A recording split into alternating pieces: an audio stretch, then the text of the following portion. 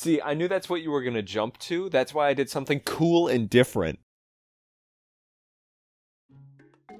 And what, pray tell, are you attempting to do with this very long, I want to say sword? You know that donut shop at the other end of town? Full of holes? Exactly. I'm attempting to pick up my order using the sword that extends a little further every time I defeat an enemy with it. How do you know it's going well? Considering no news crews have burst into our home to interview the donut delivery genius, I'm assuming not well.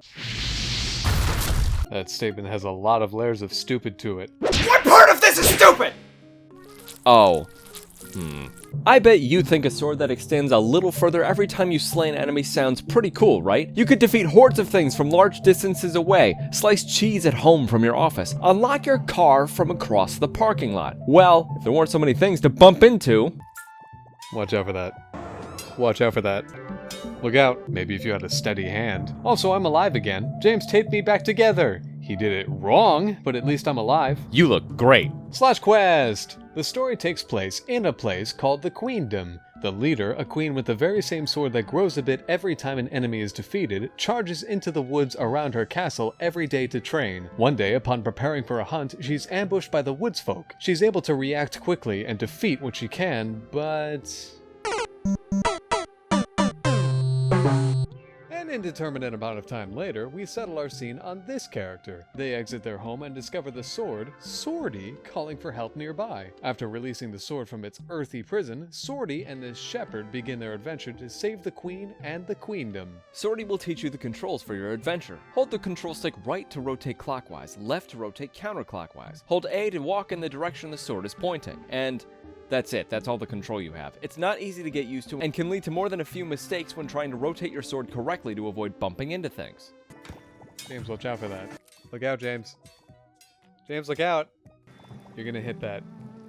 Maybe if you watched where you were going. Also, Swordy will grow in length every time you defeat an enemy. If a foe takes multiple strikes to defeat, like these leggy birds, then the sword lengthens for every strike as well. This extension will help you reach switches, dragon head movers, faraway enemies, fire, and more. Each level in this game takes the form of a hunt. You're trying to work through slappy meals, hazards, enemies, and pits to acquire these 3 mystic orbs from these statues. You'll stab your sword right into the stone to release the orb from the statue's grasp. After getting all 3, you stand on this tablet, open this door, and progress to the next level. Along the way, you'll find treasure chests that don't require keys to open. You just...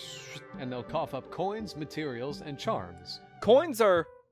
coins. You spend them with the shopkeeper to buy pieces of heart, new costumes for Shep, trails, and more. Materials are needed to unlock the ability to purchase costumes from the shopkeep. Charms have 3 types: active, passive, or trails. Passive charms are usually abilities like reflecting projectiles or healing over time. Active charms will be attacks you can activate that take time to recharge before you can use them again. And trails alter the trail your sword leaves behind as you spin in circles trying to hit stuff. On your adventure, you'll rescue a cast of quirky characters as well. We mentioned the shopkeep.